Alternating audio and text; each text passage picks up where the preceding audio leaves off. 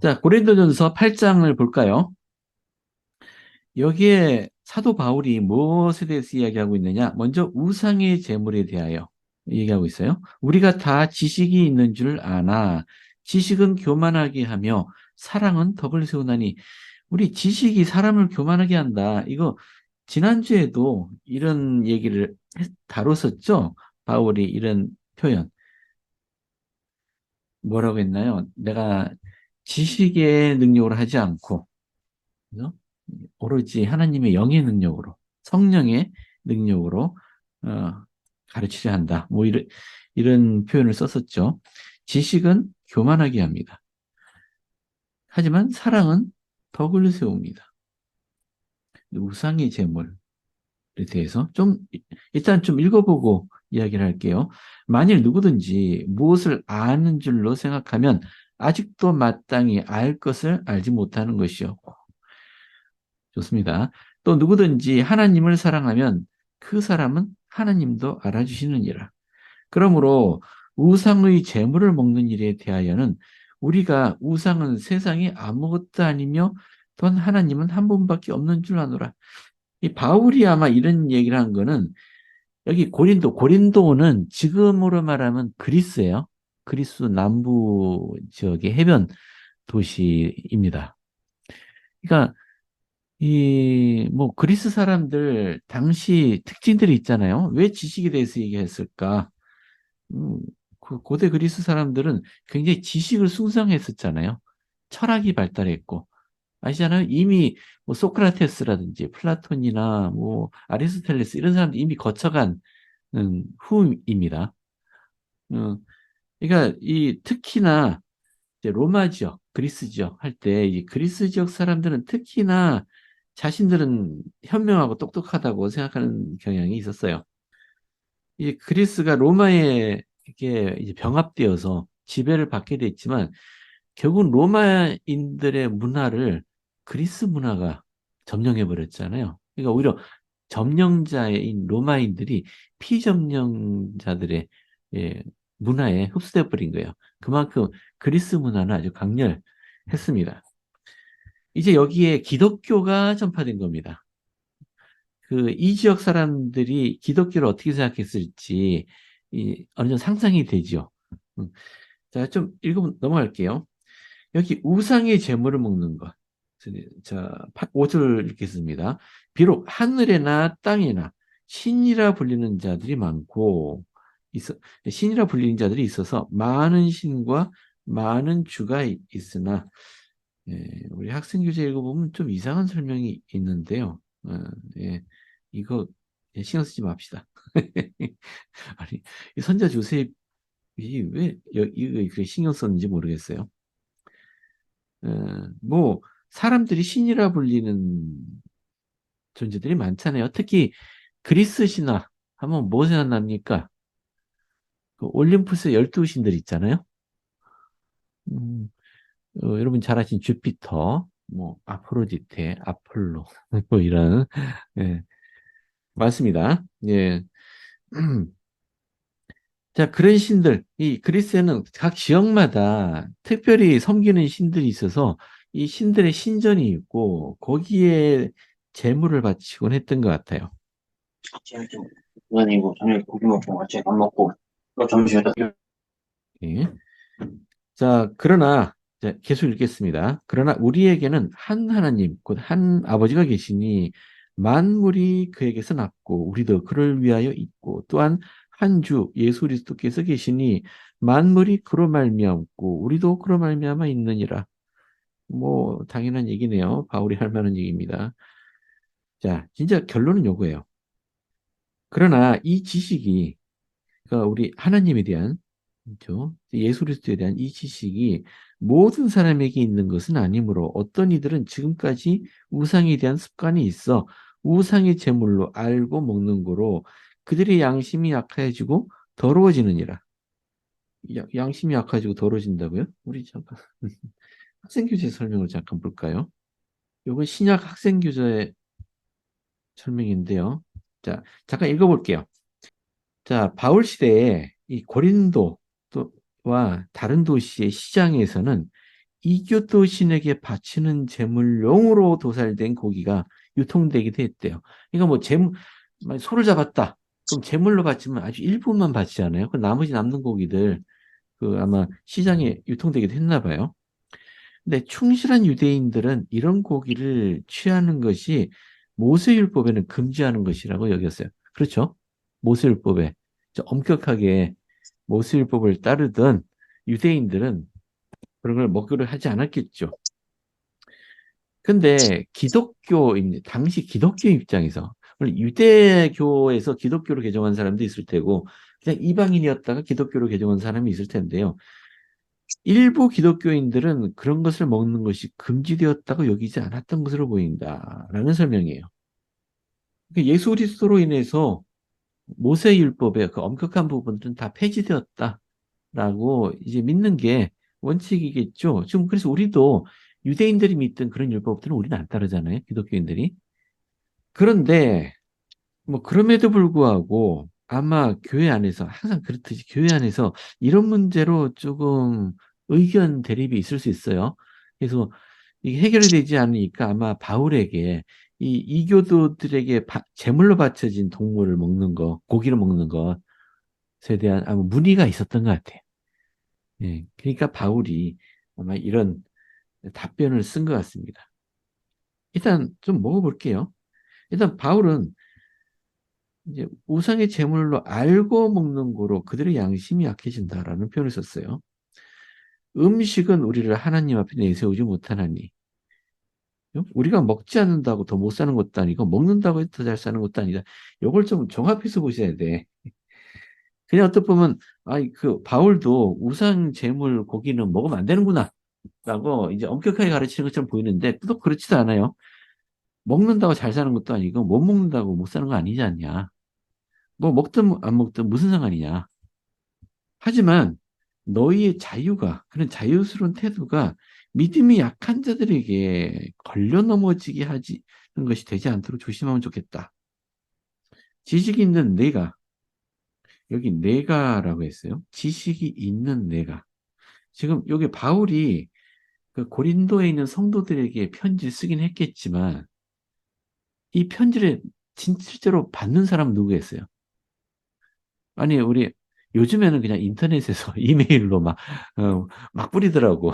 대관장단 메시지 이런 거. 이게 개개인이 오는데 그 전만 해도 공문이라는 형태로 왔었어요. 이 인터넷이 이렇게 발달되지 않았을 때는 그 공문 누구한테, 누구에게 보냈겠습니까? 당연히 그 지역 지도자죠. 스태그 회장님 명의로 또는 감독님에게 이렇게 오면은 감독님은 그걸 읽어보고 회원들에게 읽어주던가 아니면 가르치던가 뭐 이렇게 했겠죠. 여기에 그러면 여기 지식이 있는 내가라고 했잖아요. 이거는 아마 이 질문을 한 이 고린도 교회 지도자일 거예요. 당연히 교회 지도자이니까 지식이 있죠. 그 복음 많이 배웠을 테고요. 지도자일 만큼. 그러니까 이게 지식이 있는 내가라는 얘기는 아마 지도자인 네가라고 이해도 될 것 같아요. 그러면 내가 먹어도 되고 안 먹어도 된다라는 걸 알고 있다고 해서 우상 집에 앉아 먹는 것을 누구든지 보면 그 믿음이 약한 자들의 양심이 담력을 얻어 우상의 재물을 먹게 되지 않겠느냐라고 이야기하고 있습니다. 잠깐, 요거 본격적으로 다루기 전에 한번 다른 예로 한번 비교해 볼게요. 지금 우리하고 비슷한 예가 있을까? 그래. 여기는 교회 잘 아시는 분도 있고 아마 잘 모르시는 분도 계실지 몰라요. 그 우리 제사 음식 먹는 건 어떻게 생각하세요? 뭐 명절이나 제사 하잖아요. 제사 음식 먹는 거. 마이크 못 쓰시는 분들은 채팅창으로 글을 올려주셔도 되고요. 마이크 쓸 수 있는 분은 좀 목소리로 말씀해 주세요. 어떻게 생각하세요? 제사 음식 먹는 거. 먹어도 된다 손 들어보세요. 먹으면 안 좋겠다 손 들어보세요. 먹어도 된다. 의견이 있고요. 크게 생각해보지 않은 것 같다. 오, 좋습니다. 참고로 저는 이제 우리 어머니 돌아가시고 나서 제사 지내기 시작했어요. 왜냐면 우리 아버지가 아직 살아 계시니까 제사 안 지내면 아버지가 굉장히 섭섭해 하실 거 아니에요? 제사 지냅니다. 우리 자매가 제사 음식 만들고 제사 지내고 나서는 같이 둘러앉아서 음식 먹어요. 상관없습니다. 제사 음식 먹는 게 잘못된 것도 아니고, 또 돌아가신 우리 부모님, 또 선조를 기억하는 것이기 때문에 교회에서 특별히 제사가 잘못됐다라고 가르치지 않아요. 오히려 좋은 풍습이라고 생각하기, 오히려 그렇게 생각합니다. 예, 예, 제사 음식 먹으셔도 돼요. 그러면 또 다른 질문 해볼게요. 지혜 말씀을 우린 가지고 있잖아요. 우리 지금 옛날 유대인들은 뭐를 먹으면 되고 뭐를 먹으면 안 된다, 막 엄격한 율법이 있었는데 지금 우리 후기 성도도 먹는 거에 대한 율법이 있어요. 소위 지혜 말씀이 있죠. 술, 담배, 커피, 뭐 홍차, 녹차 종류, 뭐 습관성 약품 종류. 그래서 여러분 커피 안 드시죠? 근데 커피 맛 캔디를 누가 줬다. 그럼 어떻게 하실래요? 아, 이건 커피 아니잖아. 뭐, 그, 캔디 하나 안에 커피 얼마나 들어가 있다고. 뭐, 그까지 못 먹게 하냐. 어, 어떻게 생각하세요? 커피를 먹으면 먹을수록 그게 쌓여서 체내에 족이 되면서 예. 우리의 몸을 사하게 하고 더럽힌다는 걸로 알고 있어요. 뭐가요? 커피 안에 뭐가? 커피, 카페인. 카페인이, 그러면 카페인 많이 들어있는 콜라나 사이다 같은 거는 어떻게 생각하세요? 먹어도 될까요? 안 될까요? 지혜 저도 그거 안 말씀의 먹어요. 정신에 따라 안 드세요? 자, 다시 돌아가서 커피 맛 캔디. 다시. 어떻게 생각하세요? 커피 맛 아이스크림. 그거를 먹어보는 그런 행위, 어떤 누가 그 접대를 위해서 음, 술은, 맥주는 아닌데 맥주 맛이 나는, 그러니까 그러한 음료가 있대요. 그 음, 분위기를 맞춰준다고 했는데, 그걸 또 음. 누가 이제 그렇게 하는 행위가 그냥 분위기를 맞추고 하는 그런 행위가 술이 아니기 때문에 괜찮다고 하기는데, 그러한 행위가 좋지는 않다라는 생각이 들었어요. 행위가 좋지는 않다. 네, 뭐, 좋은 의견이세요. 어, 그러면 요리할 때 가끔, 그런 거 있잖아요. 와인에 요리요. 숙성시킨 돼지고, 삼겹살. 요리할 때는 그걸 쓰는데 알코올 예. 성분이 날아가기 때문에 상관없다고 알고 있어요. 아, 알코올 성분 없으면 괜찮다. 네. 그럼 아까 알코올 없는 맥주는? 아, 그러니까, 음, 그러니까 알코올 없는 맥주 마시는 거하고 그 분위기 맞추기 위해서 그냥 사이다 먹는 거하고 뭔가 다를까? 그러니까 음, 그 음료수를 예. 이제 그런 그런 직장 동료랑 그런 분위기를 맞추면서 갖고 왔는데, 그거를 또 음, 기억이 나서 그거를 또한 교회 회원 집에 갖고 와서 그렇게 음. 같이 음료를 마셨다 하더라고요. 그 아, 행위가 조금 안 좋은, 의도적으로. 네, 그 행위가 조금 안 좋은 것 같다라는 생각이 들었어요. 제가 듣기에도 좀 동기가 불순해 보이네. 예. 뭐하러 회원집에 그 사들고 와서 그 같이 마셔. 그쵸? 아니, 그냥 다른 음료 사가지고 가지. 왠지 좀 동기가 불순해 보이네. 아니, 과거에 술을 나눠 드시던 분들이 술 못 먹게 되니까 기분이라도 내보자 하시는 건가?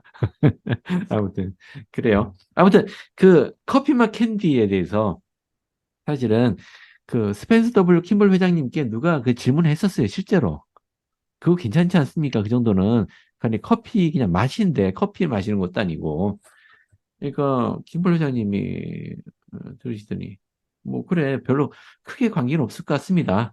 라고 말씀하셨는데 그 다음에 덧붙이신 말씀이 그래도 저는 안 먹겠습니다. 라고 하시더라고. 근데 스스로 판단할 수 있어요. 저도 요리할 때 특히 뭐 파스타 종류 요리할 때 와인을 넣기도 해요. 스테이크 요리할 때.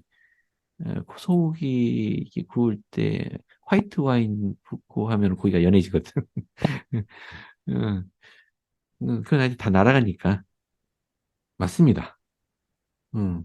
저도, 예, 우리 조성시 자매님 말씀하신 것처럼 콜라나 사이다는 안 마시려고 노력해요. 살찌거든. 예, 또 카페인이 건강에도 안 좋고. 그래서 안 먹으려고 노력합니다. 좀 건강한 것으로. 물이 제일 건강한 것 같아. 자, 요거 참고로 그냥 이렇게만 설명해 드릴게요. 우리 계명이라는 게 있잖아요. 계명이라는 게. 계명이 엄격한 계명이 있어요.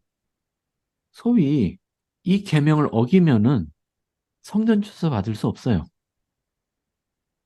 예를 들어서 감독님이 이제 성전천서 접견을 하시면서 지혜 말씀을 지키고 계십니까? 라고 질문을 하시는데 가만히 머리를 굴려보니까 몇 가지 걸리는 점이 있어.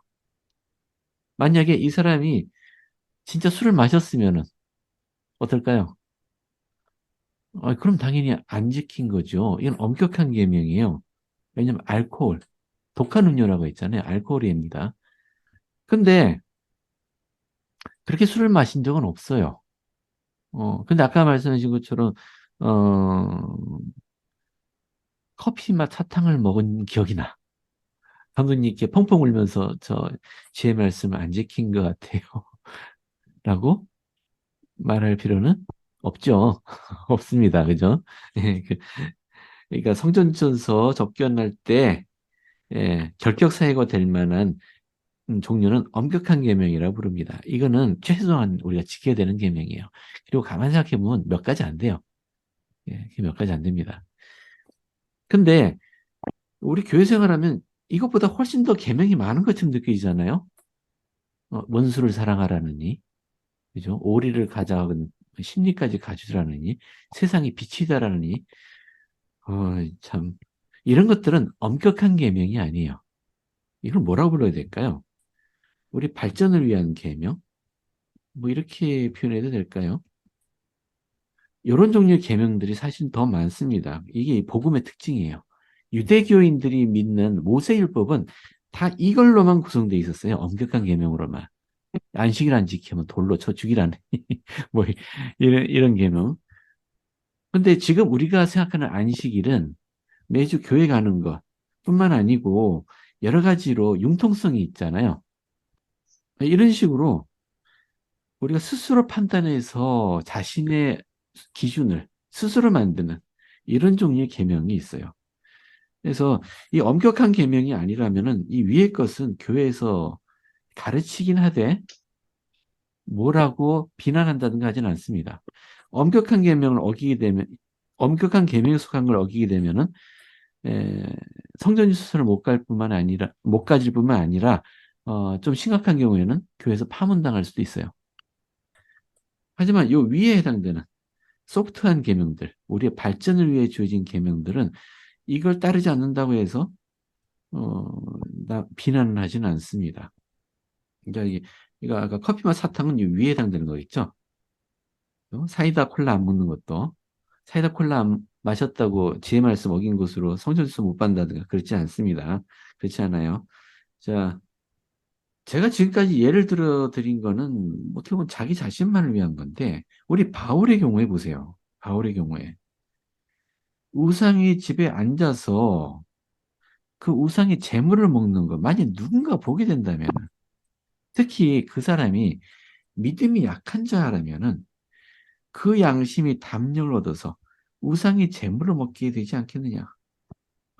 이 바울은 누구를 생각하면서 자기 행동을 결정하라는 얘기인가요? 다른 사람이죠. 다른 사람. 특히나 이 지도자 된 자는 신앙이 약한 교회 회원들이 혹시나 영향을 받을까 염려해야 된다. 그런 얘기 아니겠어요?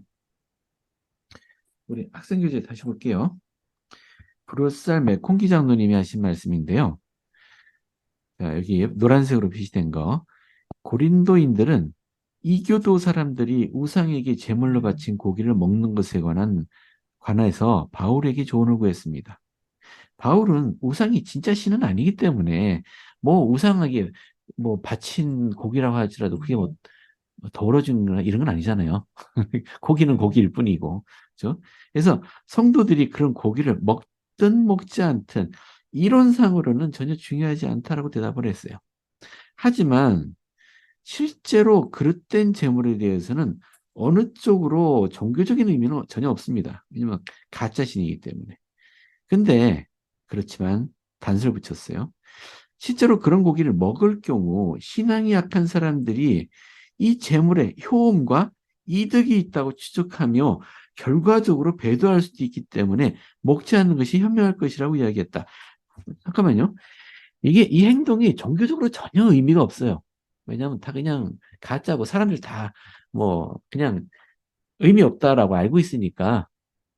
근데 그 만약에 그런 행동을 했을 때 또는 뭔가 효험이 있네 라고 누군가가 얘기하고 또 그렇게 느낄 때 신앙으로부터 떨어져 나갈 만한 행동이 될 수도 있다라는 얘기잖아요. 혹시 지금도 우리 주변에 이런 종류의 것이 뭐가 있을까요? 뭐 떠오르는 거 있으세요? 예를 든다면? 물론 제가 머릿속에 뭔가 하나 있어요. 근데 여러분들이 뭔가 떠올려 보세요. 이런 비슷한 거. 음, 전혀 의미 없고 재미로 그냥 할 수도 있는 건데 그런데 혹시나 마음속에 이거 효험 있네? 라고 효과 있네라고 느끼면서 어, 신앙으로부터 멀어질 만한 그런 것들 뭐 없을까?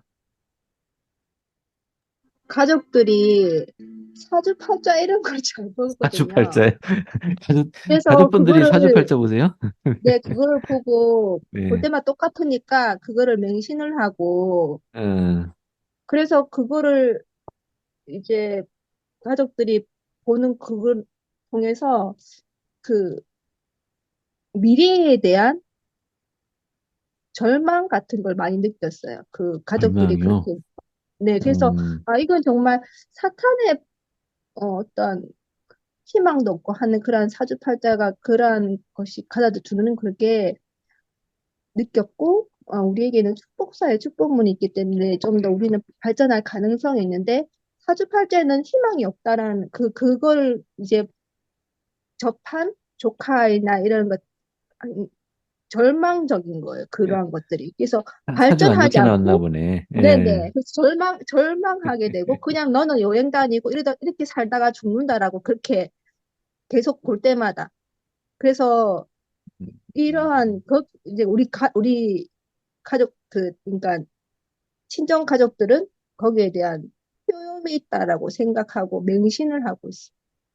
예, 사실 제가 생각한 것도 그런 겁니다. 사실 우리 이모 중에 한 분이 무당이세요. 진짜로. 제 이모. 그래서 여쭤봤어요. 무당에 대해서. 진짜 귀신 보이냐? 이거 보인대. 솔직하게 얘기하는데 보인대요. 어떻게 보이냐 했더니 뭔가 이렇게 형상 같은 게 보인대. 예. 근데 무당이 하는 일이 그렇잖아요. 그런 거 봐주고 또 뭐 마가 꼈다. 살이 꼈다 그러면 이제 푸닥거리도 좀 해주고 그렇게 해서 무당 우리 무속인들이 먹고 살잖아요. 음. 뭐 지금은 연세 드셔갖고 뭐 현장에 뛰진 않으시는 것 같은데 그 요즘에도 그 유행하고 있나요? 타로 카드점. 요즘 젊은이들 한때 젊은 대학로 같은 데 가면 타로 가게들이 좋은데 서 있기도 하고 했었는데 요즘도 그런가? 아직도 유행하고 있어요? 그런 거 어떻게 생각하세요? 그냥 재미로 한번 보세요. 사실 바울이 얘기한 것처럼 종교적인 의미는 전혀 없죠. 그냥 재미로 하는 거고. 실제로 그게 미래를 예언해 주지도 않고요. 근데 이게 실제로 제가 들은 얘기예요. 이게 제가 강의하고 있는데 어떤 분이 그런 실제로 얘기하시더라고. 전 봤는데 진짜 용하더라. 이걸 왜 제 종교경 강의 시간에 그런 얘기를 하시는지 모르겠는데 그런 분이 있었어요. 그러면서 막 다른 자매님들한테 한번 보라고 권유하시더라고. 이런 상황이 벌어질 수도 있다는 얘기예요. 용하다. 다른 건 몰라도 이 사람은 진짜 용하다. 라고 믿으면은 그 사람을 찾아가서 뭔가 의지해야 하고 싶은 그 사람이 주는 미래, 또 뭐 어떤 해결책, 뭐 이런 것들. 거기에 의존하고 싶은 생각이 들죠? 그럼 뭐가 문제가 생기나요? 눈에 보이지도 않고 왠지 그 좀 멀어 보이는 우리 예수 그리스도보다 그쪽에 더 마음이 쏠리게 되죠. 자, 무엇이든지 하나님께 가까이 와지게 하는 것은 하나님에게 쏜 것이고, 하나님으로부터 멀어지게 하는 것은 모두 다 악마에게 쏜 것이다. 이게 우리 기본적인 믿음입니다.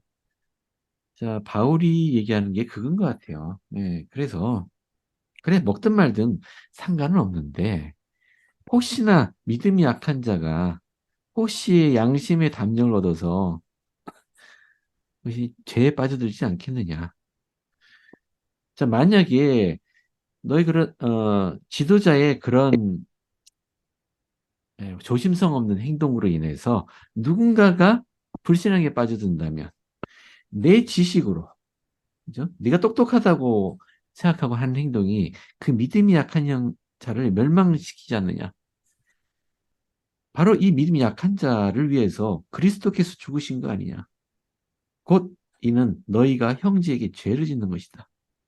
그래서 그 연약한 양심을 사하게 하는 것, 곧 그리스도에게 죄를 짓는 것이다라고 이야기하고 있네요. 동감이 되세요? 혹시 네. 질문이나 예, 말씀하실 거 있으세요? 궁금한 게 그냥 문득 예, 생겨가지고 말씀하세요. 네.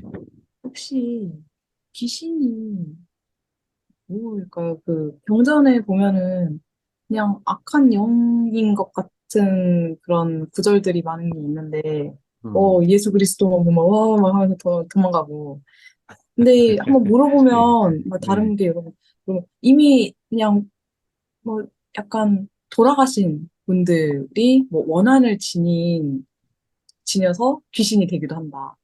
그래서 그게 이제 막 무속신앙에서 얘기하는 네, 거죠. 네. 그렇게도 나오기도 하는데 음. 혹시 그 귀신이 정확히 뭐 어떻게 정의를 내릴 수 있을까요? 그냥 궁금해요. 예. 예, 좋은 질문이네. 그런 거 궁금하시면 언제든지 물어보세요. 귀신이 있느냐. 근데 우리 성경에 나오잖아요. 이게 귀신이 있다는 건 분명해요. 그럼 이 귀신은 누구냐? 그 귀신이 구약 성경에 나오는 거하고 신약 성경에 나오는 이야기들 보면은 딱히 이렇게 통일되지 않은 듯한 모습이 보여요. 자, 일단 신약에 나오는 귀신 볼게요. 신약에 나오는 귀신은 다 사탄의 영들입니다. 도대체 사탄의 영들이 왜 있느냐? 자, 우리 전세에 있던 영들, 전세에 하나님의 자녀들이죠. 영의 자녀들 중에 3분의 1이 내가 쫓겼다는 건 알고 계시죠? 그죠? 왜냐하면 이 3분의 1이 루시퍼를 지지를 했고 하나님께 반기를 들었습니다. 하나님의 계획에 반대했어요. 그래서 그들은 우리처럼 육신을 입고 지상에 올 수 있는 특권을 잃어버렸어요. 그게 3분의 1이나 돼요. 그럼 이 영들은 육신을 입지 못합니다. 그리고 하나님 면전에 쫓겨났어요. 어디 있겠습니까? 예, 지구상에 있어요. 지구상에서 열심히 우리 사람들을 유혹하고 하나님으로부터 예, 떨어뜨리기 위해서. 즉, 자신들처럼 멸망의 자식이 되도록 하기 위해서 노력하고 있어요. 사탄이 원하는 건 우리 영이에요. 한 영이라도, 한 사람의 영이라도 더 자신의 진영으로 끌어들이는 게 사탄의 목적이에요. 우리 예수님도 마찬가지예요. 한 사람의 영이라도 더 하나님께로 이끌어서 구원받도록 하는 게 예수님의 목적이에요. 그러니까 우리 주님이나 사탄이나 목적은 똑같아요. 방법이 다른 거죠. 자, 근데 요 3분의 1의 영들은 육신을 가질 기회를 못 가졌기 때문에 육신을 경험하고 싶어 한다고요. 아주 굉장히 강렬하게 원한답니다. 그래서 우리 신약의 그 복음서이죠. 누가복음이나 이런 읽어보면은 예수님이 너 나가라 그랬더니 이 사람한테는 나갈 테니까 그럼 돼지에게라도 들어가게 해주세요. 라고 허락구하는 장면이 나오죠. 아니 왜 돼지한테 들어가려고 하는지 모르겠지만 아무튼 그런 장면이 있는 것처럼 육신을 갖지 못하는 영들은 육신을 굉장히 탐내한대요. 뭐 그렇다고 사람의 육신을 영구히 차지할 수는 없죠. 그러니까 귀신이 들렸다 하는 경우에는 원래 그 육신의 원래 주인이 있는데도 불구하고 자기 육신의 통제권을 빼앗긴 경우예요. 사탄의 영에게. 그런 경우는 실제로 존재합니다. 그러니까 대개 무속인들이 뭐 봤다라고 하는 귀신들은 다 여기에 속할 거예요. 그런데 우리 구약에 어디 있죠? 잘 기억이 나지 않습니다만 이 사무엘서에 있나요? 아니, 사무엘서 아닌가? 죄송합니다. 기억이 안 나네요. 그 보면은 그 신접한 자 얘기가 나와요. 그 뭐라고 하죠? 강신을 하는 거죠. 여기에 그 선지자 사무엘의 영을 불러내는 장면이 나와요. 그리고 실제로 사무엘이 나타나요. 뭐라 뭐라 하는데 뭐 별로 의미는 없습니다. 어? 선지자 사무엘이 이 강신에 의해서 실제로 나타나기도 하는가? 이거 좀 이상하죠? 원래 유대인들에게 있어서 이 강신, 우리 소위 무속인들이 하는 게 그거잖아요. 자기한테 신이 씌우기 위해서 막 이렇게 하는 게. 이런 행위는 만약 하면은 이 사형이에요. 유대인들은. 그런데도 이걸 왕이 왕이 이런 짓을 하는 장면이 나와요. 왕이 누구한테 부탁해갖고 강신. 근데 여기 진짜 사무엘이 왔느냐? 모르겠습니다. 제가 교회 여러 찾아봐도 여기에 대한 명확하게 맞다 아니다라고 말씀하신 걸 본 적이 없어요. 근데 또 한 가지, 이미 세상을 떠난 영들 가운데, 세상에 살다가 떠난 영들, 이 지상에 머물고 있는 이 악마의 영들 말고 돌아가신 영이 현세를 방문하는 경우도 있느냐? 있습니다. 분명히 있어요. 근데 이런 강신의 형태는 아니에요, 절대로. 그런 건 아니에요. 우리 그 아시잖아요? 그 우리 넬슨 회장님, 러셀 넬슨 회장님의 아버지께서 젊을 때 경험하신 거. 할아버지가 오셨다며요? 돌아가신 분이 오셔서 대화한 그런 이야기를 우리 그 얘기해 주신 적이 있어요. 우리 넬슨 회장님이. 예, 그런 예는 의외로 많습니다. 돌아가신 부모님이나 남편이나 뭐 가족 중에. 또 심지어 아들이 이거는 그냥 교회 많이 알려지지 않은 이야기긴 한데 아들이 철도에서 일을 하다가 사망했어요, 사고로. 그로 인해서 그 굉장히 가족이 슬퍼하고 특히 어머니가 굉장히 슬픔에 못 이기고 그냥 침대에 누워 있었는데 그 아들이 나타났다고 해요. 그러면서 하는 말이 어머니, 제가 죽은 거는 순전히 사고니까 혹시나 뭐 다른 악의가 있어서 제가 죽게 된 게 아니니까 염려하지 마세요. 그냥 편히 계세요. 라고 염려하지 마시라고 이렇게 위로를 했다고 그래요. 그러면서 하는 얘기가 먼저 아버지께 먼저 가서 얘기를 하려고 그랬는데 아버지가 그 스테이크 회장이었거든요. 그러니까 그 특히나 사고, 뒤처리, 그리고 교회 일 이런 걸로 너무 바빠갖고 아버지 마음이 여유가 없어서 자신이 말을 걸어도 듣지 못하셨대. 근데 이제 어머니는 슬픔에 잠겨서 침대에 누워 있었으니까 그래서 어머니께 왔다. 뭐 이런 얘기가 있어요. 네. 실제로 그런 얘기는 우리 교회 회원들이나 교회 회원이 아니나 많이 있습니다. 이런 종류의 이야기는. 근데 우리 귀신의 형태로 오진 않죠.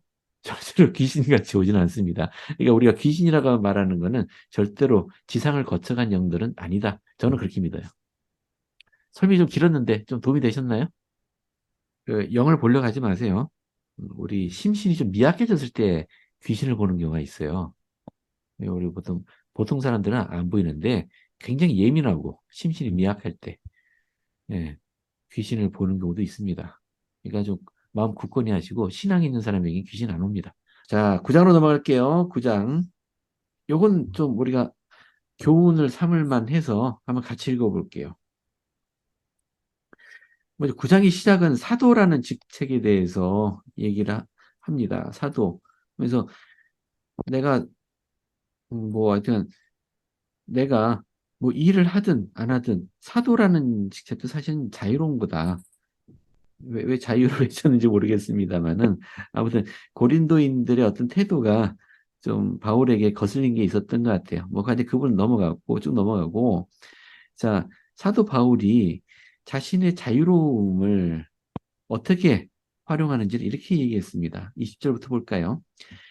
유대인들에게는 내가 유대인과 같이 된 것은 유대인을 얻고자 하며 율법 아래에 있는 자들에게는 내가 율법 아래에 있지 아니하나 율법 아래에 있는 자같이 된 것은 율법 아래에 있는 자들을 얻고자 하며 율법 없는 자에게는 내가 하나님께는 율법 없는 자가 아니요 도리어 그리스도의 율법 아래에 있는 자이나 율법 없는 자와 같이 된 것은 율법 없는 자들을 얻고자 함이라. 말이 좀 이상하죠? 여기 두 종류로 해서 율법 아래에 있는 자들, 율법 없는 자들이라고 표현했는데 이건 누굴 얘기하겠습니까? 바울 시대 생각해 보시면 율법 아래에 있는 자들은 누굴 얘기하겠어요? 유대인들이죠. 율법주의자들. 근데 바울이 이렇게 하고 있습니다. 바울은 이미 유대교를 버리고 소위 예수 그리스도의 복음으로 돌이킨 사람이잖아요. 그래서 그 유대인들이 철석같이 믿는 그 율법이 바울에게는 의미가 없어요. 그럼에도 불구하고 율법 아래에 있는 자들에게는 설령 내가 율법 아래에 있지 아니한다 할지라도 율법 아래에 있는 자가 치대했다. 왜요? 율법 아래에 있는 자들을 얻고자 함이라. 그러니까 유대인들에게는 유대인들처럼 자신이 유대인에 속한 것처럼 율법 없는 자는 또 누굴 얘기하겠습니까? 요거는 이방인이죠. 유대인이 아닌 자들. 근데 이들과 만날 때는 내가 율법 없는 자가 아니고 그리스도의 율법 아래에 있는 자이지만은 율법 없는 자와 같이 된 것은 율법 없는 자를 얻고자 함이라. 약한 자들에게 내가 약한 자와 같이 된 것은 약한 자들을 얻고자 함이요. 내가 여러 사람에게 여러 모습이 된 것은 아무쪼록 몇 사람이라도 구원하고자 함이라. 여러분, 바울에게서 어떤 모범을 배울 수 있나요? 우리 이제 바울은 선교사잖아요. 사도. 사도는 선교사입니다. 선교사로서 바울은 어떤 모범을 보여주고 있나요? 싹싹한 싹싹함, 면이. 싹싹한 면이 있다. 아, 그, 싹싹하다고 또 표현하시면. 그 사람은, 예. 그 사람은 눈높이에 맞춰서 이렇게 화합시켜 줄 수 있는 것 같아요. 어, 화합시켜 줄 수 있는 사람. 네, 그죠? 눈높이에, 그 그 사람들의 사람에게 눈높이에 맞춰서. 맞춰주는. 네, 그죠? 네. 때로는 우리 교회 안에서 어떤 교회 표준이 있는데, 여기에, 이 표준에 맞지 않게 행동하면은 눈살찌 풀이시는 분들 계시죠? 네. 그건 어떻게 생각하세요? 어떤 분은 그렇게 말씀하시더라고요. 아니, 교회는 질서가 있어야 되고 그 표준이 있는데 자꾸 물을 흐리게 되면은 교회 표준이 자꾸 허물어지게 된다. 그러니까 엄격하게 대해야 된다.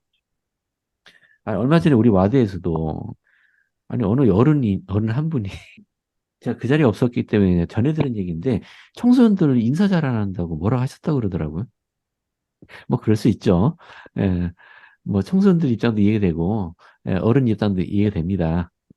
아마 그런 일이 있었다는 것만 얘기 드린 거야. 누가 잘했다 잘못다가 아니고. 근데 우리 바울에게서 만약에 이런 모범을 배운다면은 좀 다르게 행동할 수 있지 않을까요? 좀 좋은 예를 또 들어주실 분 계세요? 교회 오래 다니셨으면은 경험이 많으시잖아요. 교회에서 볼 거 안 볼 거 많이 보신 분들 혹시 좋은 예를 들어주실 게 있으세요? 다른 사람을 판단하지 않는 거? 다른 사람 판단하지 않는다. 예, 장자매님 너무 요약하셨어. 좀 더, 좀 더 설명 부탁드립니다. 장유진 자매님? 아니, 방금 하신 말씀 좀 더 설명. 왜 그렇게 결론을 내리셨는지. 그러니까 저번에 예, 그러니까 다 얘기할 수는 없지만 저희 예. 남편이 교회 지금 비활동이거든요.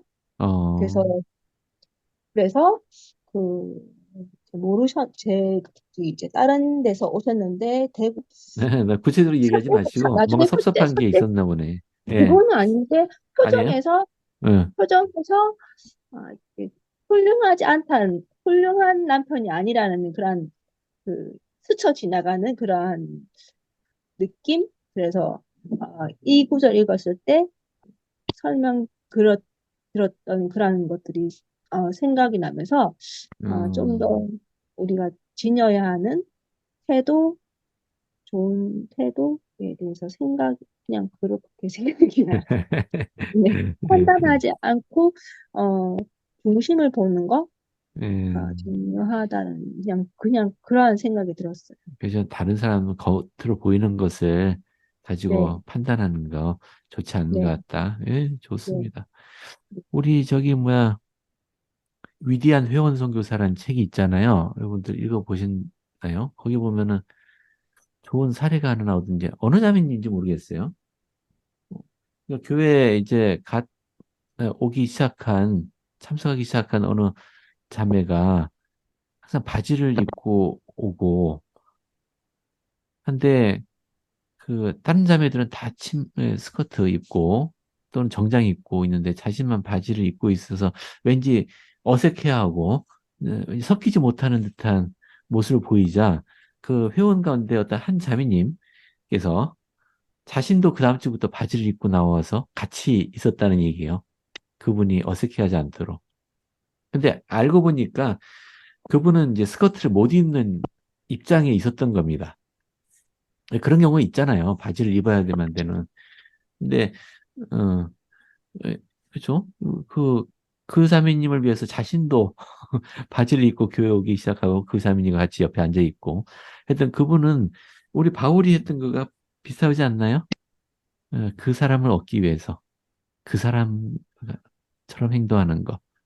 그렇다고 계명을 어기는 건 아니잖아요. 그죠? 계명을 어기는 건 아닙니다. 더 큰 선을 위해서 이렇게 행하는 거죠. 교수님, 혹시 저는 예, 9장 22절에 보면요. 네, 예. 그냥 저의 의견이에요. 음, 이 내용을 읽으면 부한 자와 가난한 자가 생각이 나요. 이 부한 자와 가난한 자 중에서 예수 그리스도께서는 어느 쪽을 더 애착을 가지시고 사랑하셨을까 그런 생각을 조금 하게 됐는데요. 음, 제가 독신 때 어, 있던 와드하고 지금 현재 있는 와드하고 너무 달라요. 그러니까 독신 때 있었을 때는 음, 굉장히 가난하고 어려운 지역이고 음, 지금은 굉장히 잘 사는 지역인데 아, 굉장히 어려웠던 적은 사랑과 애정과 베품이 많다 보니까 현 음, 한 사람 한 사람의 개인이 사랑을 많이 느끼고 또 아픈 사람도 안쓰럽고 그러면서 신앙생활 했을 때 지금 생각해 보니까 참 특별한 아들이었고 특별한 영이 함께했구나라는 걸 많이 느껴요. 음. 근데 잘 사는 지역에 오니까 제가 적응하기에 5년 걸렸는데요. 잘 사는 지역에는 그 어려운 지역하고는 좀 영이 다르더라고요. 그래서 이게 뭔가 예수님께서는 그 약한 자를 의도하시고 예수주셨지는 않을까 그런 생각을 한번 해봤어요. 아이, 그러요. 예. 약하고 겸손한 자들을 주님께서는 예, 더 기뻐하시겠죠. 에, 뭐 부자 가난한 자 그 문제가 아니고 혹시 그 조자매님 그 청년 시절하고 지금하고 시대가 바뀌지 않았나요? 혹시 그 문제가 아닐까? 예, 또 교회도 커졌고 많이 교- 바뀌었지요. 예, 아이고 우리 와드도 아직도 이름 모르는 회원들이 있어요. 제가 우리 와드 통합된 지가 지금 1년, 2년 돼 가는데, 아직도 가끔 뭐 얼굴하고 이름하고 매치가 안 돼. 노력을 했는데도 불구하고. 회원 수가 많아지니까 또 그런 것도 있더라고요. 예. 소리가 안 들리네요. 그래요. 자, 딴 분들은 잘 들리세요? 음, 네. 네. 좋습니다. 자, 요 주제 넘어갈게요. 뭐 몇 가지가 있는데, 자, 요거 짧게 다루고 넘어가고 싶은 게 있는데, 고린도전서 11장. 바울이 이 글을 보면은 상당히 남성 그 우위의 사상을 가지고 있는 거 아닌가라는 생각이 들 정도로의 글이 보여요. 여기 보시면은 여자의 머리는 남자라느니 어, 여자가 머리에 쓴 것을 벗고 기도하는 것은 그 머리를 욕되게 하는 것이다라느니 여자는 남자의 영광이 이거는 이제 뭐 잘못된 거 아니죠. 실제 저도 공감합니다. 예, 여러분 형제님도 계세요. 예, 자매님들도 이제 훌륭한 현명한 아내를 맞은 형제 남편에게는 이 아내가 영광이에요. 어디 가서도 떳떳하고요. 자랑하고 싶고 또 무슨 일을 해도 잘 풀리는 것 같고 예, 그런 점이 있어요. 그래서 아내를 잘 두는 것은 굉장히 축복이에요. 자매님들은 여러분들을 승용으로 이끌어줄 형제를 만나주기 바랍니다. 그거면 돼. 남자한테 너무 많은 걸 기대하지 마세요. 이 남자 저 남자 다 똑같아. 자, 제 남자 입장에서 보면은 예, 너무 가리지 마시고 여러분을 손을 잡고 성전을 갈 수 있고 여러분을 승용으로 이끌어 주실 그런 형제를 만나시기 바랍니다. 뭐 하여튼 이렇게 좀 우리 저기 이건 또 왜 이러냐. 아이고. 그 브루살 맥구기 장로님의 책인데요. 우리 11장에 있는 바울이 한 말들을 좀 요약해 놨어요. 남자는 여자의 머리다. 마음에 안 들어요. 남자는 하나님의 형상이 영광이기 때문에 여자는 남자의 영광이다. 즉 남녀의 상대적인 위치를 명확하게 하고 있다. 또 여자는 남자에게 종속되어 있다느니 남자의 지배를 받아야 한다느니 두 개의 동등한 머리가 있을 수 없기 때문에 남자가 머리가 된다느니 이런 얘기들이 언급이 되어 있어요. 그래서 이거 혹시 고린도전서 11장 읽으시면서 이거 불쾌한데? 라고 생각하실 수도 있습니다. 근데 이걸 그냥 이해해 주실 게 이건 2000년 전이에요. 당시의 풍습과 문화, 이 바울이라는 사람도 예수 그리스도의 복음을 이해는 하고 있지만은 저 당시 풍습과 문화와 완전 동떨어진 사람은 아니에요. 당시 통속적인 생각, 관습들을 예, 가지고 있는 사람들에게 얘기하고 있는 겁니다. 예. 그래서 이런 식으로 표현하긴 했지만 결론은 이거예요. 주 안에 남자 없이 여자만 있지 않고 여자 없이 남자만 있지 않다. 그죠? 요게 요점입니다. 그러니까 그 성직자들의 결혼을 금하는 어떤 특정 종교라든지 이런 사람들에게 아니 요거는 좋은 근거되는 선고가 될 것 같습니다. 그러니까 남자 여자는 동등합니다. 하지만 역할이 다를 뿐이죠. 역할이 다를 뿐입니다. 자, 그렇게 짧게 하고 넘어갈게요. 넘어갑니다. 요건 자, 이제 12장에서 13장 남은 시간 요거 다룰게요. 12장, 13장. 여기에서 제가 다루고 싶은 것은 이 주제는 은사예요. 은사. 은사가 영어로 뭔지 아세요? 아시죠? 기프트예요. 기프트. 우리 그 영화 보면은 슈퍼히어로 영화들 많잖아요. 그 슈퍼히어로들이 갖고 있는 특별한 능력들을 뭐라고 부르죠? 영어로 기프트라고요. 기프트라고 합니다. 네. 그러니까 이 기프트는 선물이잖아요. 그러니까 이게 영어 문화권에서 그쪽 문화권에서 가지고 있는 일반적인 이 생각이 뭔가 또 특별한 재능이나 능력 이런 것들은 하늘에서 주어진 선물이라고 생각하는 겁니다. 이게 좋은 사상인 것 같아요. 선물이다. 이 은사는 선물이에요. 자, 바울은 은사에 대해서 설명을 합니다. 뭐라고? 잠깐만요. 마이크를 꺼놨네. 자, 은사에 대해서. 자, 바울의 얘기가 이렇습니다. 형제들아, 신령한 것에 대해서 너희가 알지 못하기를 원하지 아니하노니. 신령한 것들이 있는데 이것에 대해서 너희가 좀 알았으면 좋겠다. 해서 자, 3절 보시죠. 하나님으로 말하는 자는 누구든지 예수를 저주할 자라 하지 아니하고 또 성령으로 아니하고는 누구든지 예수를 주시라 할 수 없느니라. 해서 예수를 그리스도라고 받아들이는 것도 역시 성령의 로부터 주어지는 은사다라고 설명하고 있는 겁니다. 그래서 은사에는 여러 가지가 있는데, 근데 한 성령으로부터 옵니다. 여기 한 성령이 영어로는 그냥 스피릿이에요. 영임이 한 영으로부터 온다. 직분은 여러 가지이지만 주는 같다. 자, 그리고 이러한 것은 각 사람에게 성령이 나타나시는 것이 영이 나타나시는 것은 우리의 유익을 위해서다.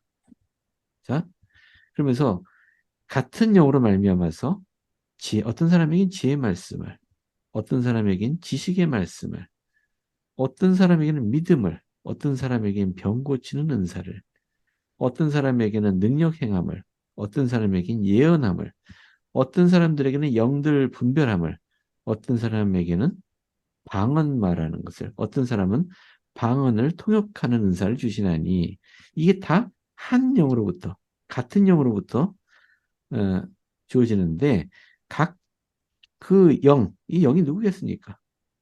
성신이죠. 성신이 뜻하시는 바에 따라 각 사람에게 나누어 주신다라고 설명을 합니다.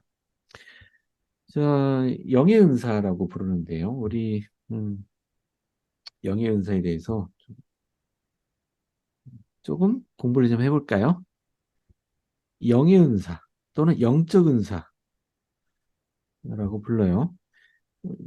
이게 영적 은사는 spiritual gift고요. 영의 은사는 the gift of the spirit이에요. 근데 이거 둘 다 성신으로부터 옵니다. 성신. 요걸 좀 근거 성구는 자, 우리 교리학성약 46편에 영의 은사에 대해서 쭉 설명하고 있는데요.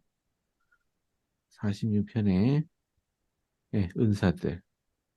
교리학성 46편 12절부터 보시면은 이것이 우리의 유익을 얻게 하려고 주어지는 은사들인데 이게 성신으로 말미암아. 그죠? 예수가 하나님의 아들인 것과 그가 세상의 죄를 위하여 십자가에 못 박혔음을 알게 해주는 이라. 또 다른 이들에게는 믿게 해주는 도 하고 또 어떤 이들에게는 영생을 얻게 하기도 하고요. 또 같은 성신으로 말미암아서 역사가 일어나기도 하고 뭐 지혜 말씀 지식의 말씀 이거 아까 고린도전서에 있는 것과 같죠. 병 고치는 은사 이런 것들 이런 것들을 영의 은사라고 해요. 즉 성신으로부터 주어지는 영의 은사. 제가 이거 설명해야 되나 싶기도 한데 혹시 영의 은사에 대해서 제가 또 설명을 해야 되나요? 이런 은사가 있다는 거? 혹시 어, 어, 교회 다닌 지 얼마 안 되신 분이라든지 세미나리 졸업한 지 얼마 안 돼서 잘 모르겠다. 그런 분이 계실 것 같아서 좀 더 설명할게요. 일단 예, 이미 알고 계신 분들은 인내심을 갖고 들어주시기 바랍니다. 자, 영의 은사 뭐 대표적으로 영의 은사에 해당되는 것은 우리 간증이에요. 자, 예수님이 살아계신 하나님의 아들이라는 것을 알게 되는 것. 이것도 성신을 통해 받는 증거죠. 이건 당연하죠. 다양한 직분의 차이라는 은사가 있어요. 이건 교회를 관리하거나 또 통제하는데 교회 지도자들에게 주어지는 은사입니다. 이거 우리의 지도자들의 관리 능력. 왜냐하면 감독님이다 하면은 와드 안에 여러 회원들이 있는데 각자 어떤 은사들이 있는지 구분하고 거기에 따라서 부름을 주고 이렇게 할 수 있는 능력이에요. 이것도 역시 은사 중에 하나입니다. 사역의 사역이라고 돼 있는데요. 이건 악마에게서 나오는 것과 하나님에게서 나오는 것을 분별하는 능력. 이게 분별의 능력이라고 돼요. 분별의 은사. 분별의 은사는 감독에게 필수적인 은사입니다. 그래서 지혜 말씀, 그죠? 우리가 지혜의 말씀, 뭐 특정한 결정을 내릴 때 논리적인 판단, 또 복음 교리나 원리를 올바르게 적용하는 이런 것들을 행할 수 있는 지혜, 지식의 말씀, 말 그대로 이 하늘과 관련된 지식이에요. 이런 지식들. 신앙을 갖는 것도 역시 은사입니다. 병 고치는 은사. 손을 놓고 신권의식을 행하니까 병이 고쳤다. 암 환자가 나았다. 때론 죽은 사람이 번쩍 일어날 수도 있습니다. 자, 이런 것들 또 은사에 해당됩니다. 능력을 행하는 것, 즉 기적을 일으키는 은사. 모세가 바위에서 물을 내게 하고 바닷물을 가르고 이런 기적들 이것도 다 성신으로부터는 은사라는 얘기예요. 예언하는 은사. 다음 주에 예언의 은사에 대해서 좀 더 공부하겠습니다. 자, 예언, 미래를 얘기하는 거죠. 영들을 분별하는 것. 선한 영과 악한 영들을 분별할 수 있어야 됩니다. 방언의 은사, 말 그대로 외국어를 하는 거죠. 다른 민족 또는 다른 언어를 사용하는 사람들에게 복음을 전파하기 위해 주어지는 은사입니다. 제가 군대 있을 때 우리 같은 사무실에 있던 한 이제 원사분이 그 교회에서 그 방언의 은사를 받았다고 막 말씀하시더라고. 그리고 실제로 그분 댁에 그 놀러 갔을 때 막 어떤 분하고 통화를 하시는데 그분이 방언의 은사라고 하면서 막 뭐라고 얘기하시더라고요. 음. 어, 제가 보기엔 방언 아니었어요. 그냥 방언 아니었습니다. 왜냐하면 왜 지구상에 있는 언어로 한 말이 아니었어요. 그리고 천사가 쓸 만한 언어도 아니었고요. 근데 그분은 방언의 은사를 믿더라고. 근데 이분들이 방언의 은사에 좀 집착하는 경향이 있어요. 일반 우리 개신교인들. 왜냐하면 방언의 은사가 주어졌다는 것은 신앙이 있다는 증거로 받아들이더라고요.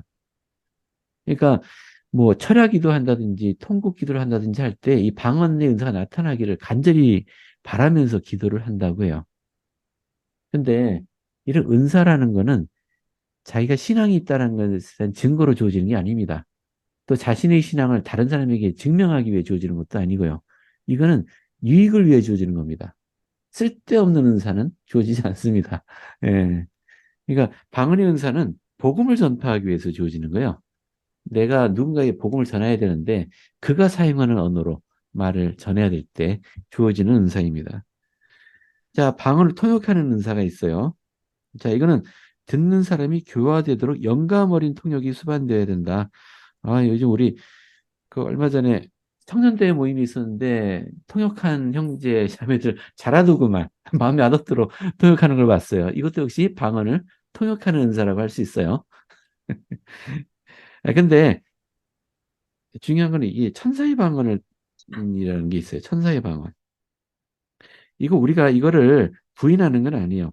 천사의 방언은 말 그대로 지구상에 있는 인간들의 언어가 아니에요. 자, 하늘의 천사가 하는 언어입니다. 또는 아담의 언어일 수도 있고요. 아담의 언어는 지금 없어진 언어죠. 가끔 천사의 방언이 주어지는 경우도 있어요. 그러니까 교회에서 모임을 하면서 누군가 기도를 하는데 갑자기 천사의 방언으로 기도하는 경우도 우리 교회 역사에 보면 있었어요. 근데 이거는 누군가 알아들을 수 있는 언어가 아니잖아요. 하지만 이런 은사가 주어질 때, 뭐, 목적이 있겠죠. 이때는 반드시 이 언어를 통역하는 은사를 가진 사람이 옆에 반드시 있어야만 돼요.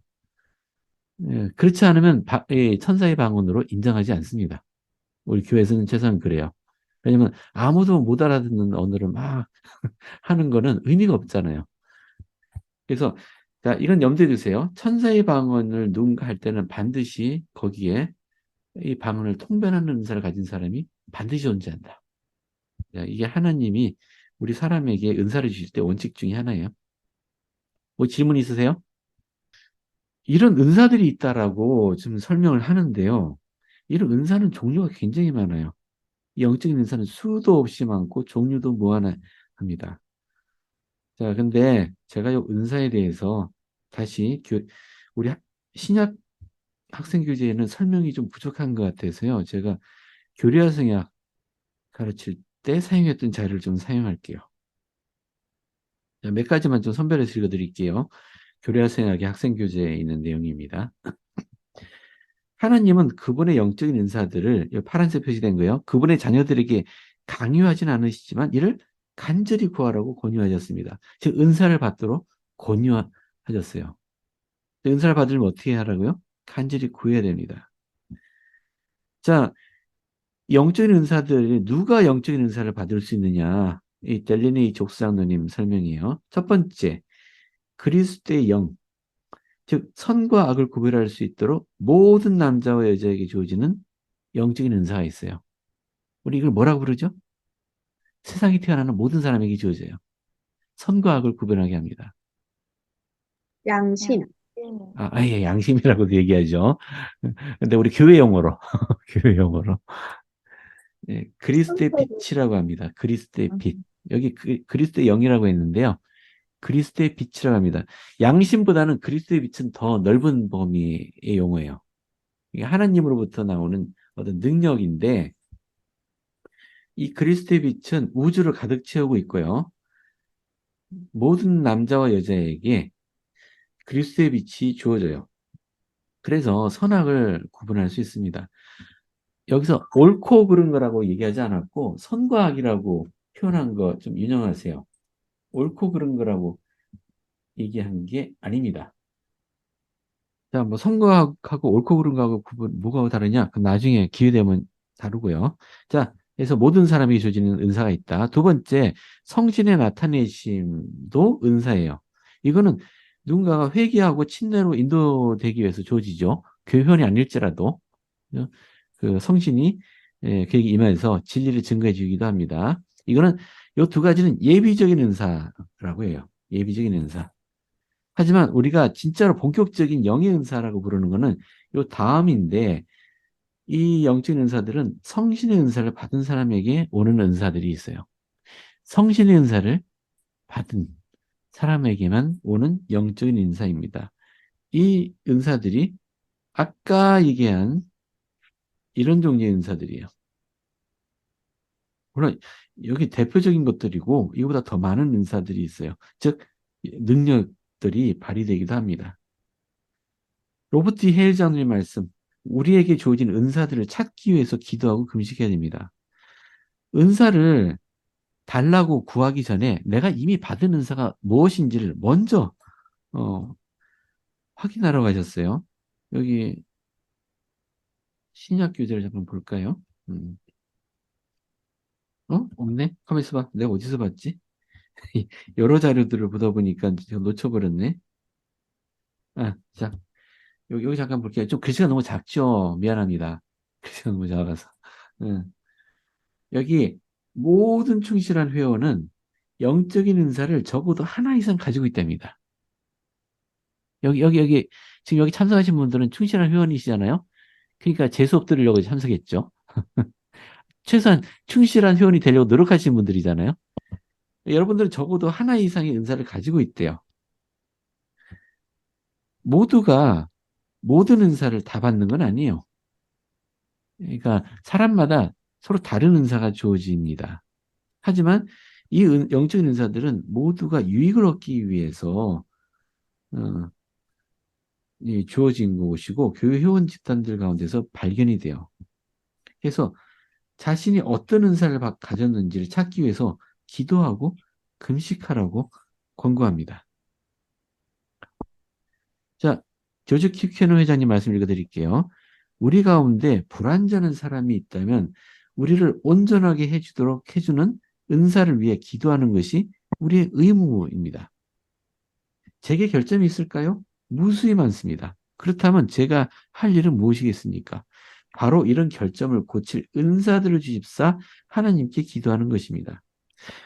요 캐논 장로님의 말씀이 상당히 공감이 돼요. 이게 살다 보면은 이 말씀이 왜 이렇게 공감이 되는지 좀 다르게 느껴져요. 왜냐하면 저도 결점이 많죠. 여기 여러분들도 결점 많잖아요. 자신 생각하면은. 근데 보통 이 결점을 고치려고 노력을 해요. 이게 나에게 있는 결점을 없애려고 보통 노력을 합니다. 근데 그런다고 결점이 없어지던가요? 잘 안 돼요. 아니죠. 잘 안 됩니다. 나에게 있는 결점을 없애려고 하는 노력은 잘 안 돼요. 사실 그럴 바에야 이 결점을 덮을 수 있는 은사를 쌓는 게 더 낫다는 얘기예요. 나의 장점을 더 개발하고, 그렇죠? 그리고 거기에 은사를 덧붙이기 낫다는 얘기입니다. 예를 들어서 이렇게 결점을 구덩이라고 생각하죠. 여러분이 여기 구덩이 가운데 있습니다.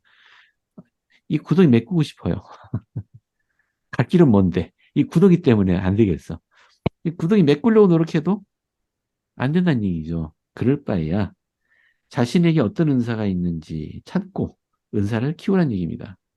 자기 장점을 키우라는 얘기예요. 그리고 은사의 은사를 계속 쌓아갑니다.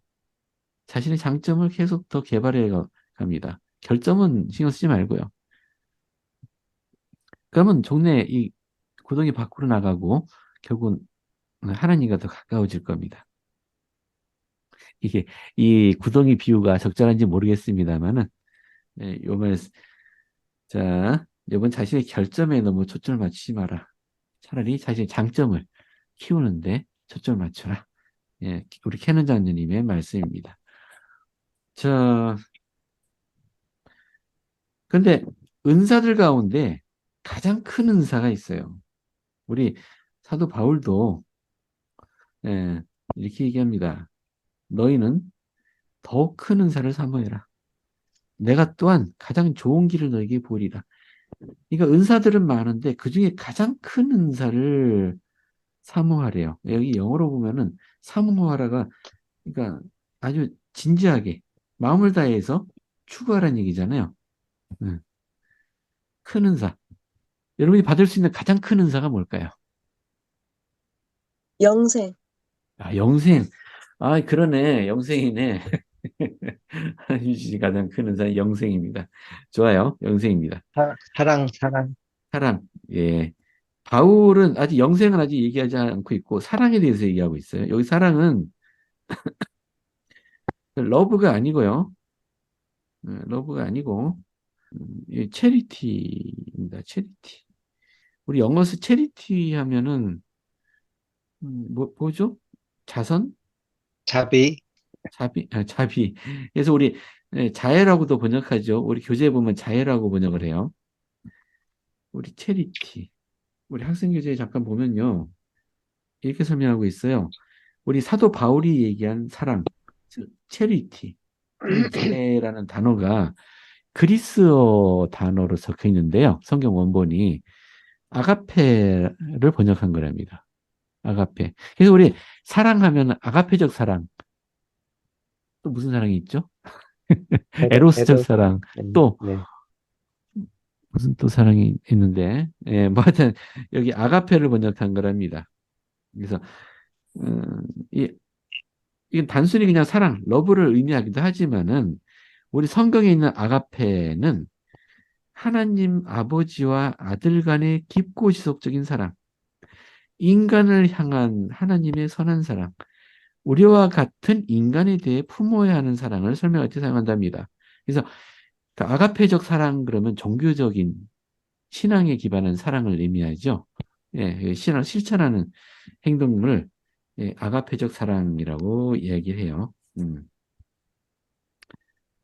그래서 이 사랑이야말로 가장 좋은 길이다라는 게 이제 결론인데요. 시간이 다 됐네. 아, 어떡하지? 결론만 얘기할게요. 이 사랑을 정의하면서 이렇게 얘기해요. 13장 4절부터입니다. 사랑은 오래 참고 온유하고 시기하지 않고 사랑은 자랑하지 아니하며 교만하지 아니하며 무례 행하지 아니하며 자기 유익을 구하지 아니하며 성내지 아니하며 악한 것을 생각하지 아니하며 불의를 기뻐하지 않고 진리와 함께 기뻐하고 모든 것을 참으며 모든 것을 믿으며 모든 것을 바라며 모든 것을 견디느니라. 왠지 사랑하고는 좀 거리가 있는 것 같은 어떤 건 동의가 되는데 이게 사랑하고 무슨 관계지? 싶은 것도 눈에 띄지 않나요? 8절에 보시면 사랑은 언제까지 떨어지지 아니하되 여기 언제까지 떨어지지 아니한다. 이 영어 표현은 charity never fail 예요. 사랑은 결코 뭐 실패하지 않는다 또는 시들지 않는다. 이게 떨어지지 않는다라고 번역했는데 여기 성경 번역이 좀 마음에 안 듭니다. 마음에 안 들어. 우리 몰몬경에 볼까요? 자, 제가 몰몬경 강의했던 자료 잠깐 공유할게요. 몰몬경에 보시면은 모르나에서 7장에 보시면 낙서가 많네. 여기 보시면 똑같아요. Charity never fails라고 했는데요. 우리 몰몬경에는 사랑은 언제까지나 시들지 아니함이라라고 번역이 되어 있네요. 이게 더 마음에 들어요. 자, 그리고 몰몬경에는 이 사랑을 정의하면서 뭐라고 정의했나요? 그리스도의 순수한 사랑이다. 라고 정의했어요. 음. 자, 결론만 말씀드린다고 했죠. 우리 제프리 알 홀론 장로님의 설명입니다. 이 몰몬이 말한 그리스도의 순수한 사랑은 이 체리티는 정확하게는 그리스도의 사랑을 뜻한다라고 설명했습니다. 그러니까 그 신성한 은사, 구속의 은사로 우리는 모든 것을 받게 되는데 그리스도의 사랑 없이는 우리는 아무것도 가진 게 없게 되며 결국 아무것도 아니게 되며 전국에는 악마가 되며 악마에게 속한 사자가 될 것입니다. 사도 바울은 믿음, 소망, 사랑이 이 세 가지가 항상 있을 것인데 그 중에 제일은 사랑이라고 하면서 말했는데 우리 이 고린도전서 잘못 이해하시면요. 아, 내가 이런 사랑을 품어야 되는구나. 이게 진짜 사랑이구나. 나는 왜 이렇게 하지 못하지? 라고 오해할 수 있어요. 근데 자, 그래서 몰몬경과 함께 본 거예요. 이 사랑, 즉, 체리티는 우리 인간의 사랑이 아니에요. 그리스도께서 품으신 사랑입니다. 그러니까 그리스도께서 인간을 사랑하시는 그 사랑이에요. 자, 계속, 자, 사람이 방언이나 천사의 말을 할지라도 사랑이 없으면 소리나는 굴이나 꽹과리에 다름없다. 뭐라고요? 그리스도의 사랑이에요. 자, 그리스도의 사랑은 어떤 식으로 표현됩니까? 그분의 속죄죠. 그분이 어떻게 모든 인간의 속죄를 행할 수 있었겠습니까? 그분이 인간을 사랑하시니까. 그러니까 사랑이란 말은 예수 그리스도의 속죄의 권능과 동일한 어로 이해하셔도 됩니다. 동일한 말로. 그러니까 우리 사람은 사랑합니다, 사랑합니다. 뭐 마치 목숨까지도 바칠 것처럼 하다가도 부부간에 잘 살다가도 결국은 헤어져 버리는 그런 사랑 저는 많이 봤습니다. 종종 봤어요. 제 친구들 가운데 이혼하지 않고 잘 사는 친구가 절반도 안 돼요. 사랑이 결코 시들지 않는다. 왠지 거짓말처럼 느껴지잖아요. 이거 보면은. 근데 그걸 얘기하는 게 아니에요. 주님의 사랑입니다. 주님의 사랑은 영원하죠. 그분의 속죄 권능은 영원히 우리에게 미칩니다. 그러니까 사랑은 언제까지 시들지 않는데 예언도 표합니다. 예언도 언젠가는 없어지겠죠. 방언도 없어질 겁니다. 언어들이 다 통일되면 없어질 거예요. 지식도 표할 겁니다. 모든 은사들이 언젠가는 종말을 맞는데 유일하게 사랑, 예수 그리스도의 사랑만은 영원히 존재할 겁니다. 그래서 이게 가장 큰 거란 얘기예요. 믿음, 신앙이죠. 소망, 예수 그리스도에 대한 소망, 사랑. 요것은 세 가지 다 다른 언어로 표현했지만은 믿음은 예수 그리스도를 믿는 거잖아요. 소망은 예수 그리스도를 믿음으로 지내서 나오는 영생의 소망이죠. 사랑은 예수 그리스도께서 우리를 사랑하시는 것을 의지하는 겁니다. 이 세 가지는 사실은 동일한 것을 가리키고 있어요. 이것은 영원합니다. 항상 있을 것이다라는 얘기는 영원하다는 의미예요. 이 세 가지 외에는 지상에 존재하는 것 중에 영원한 게 없어요.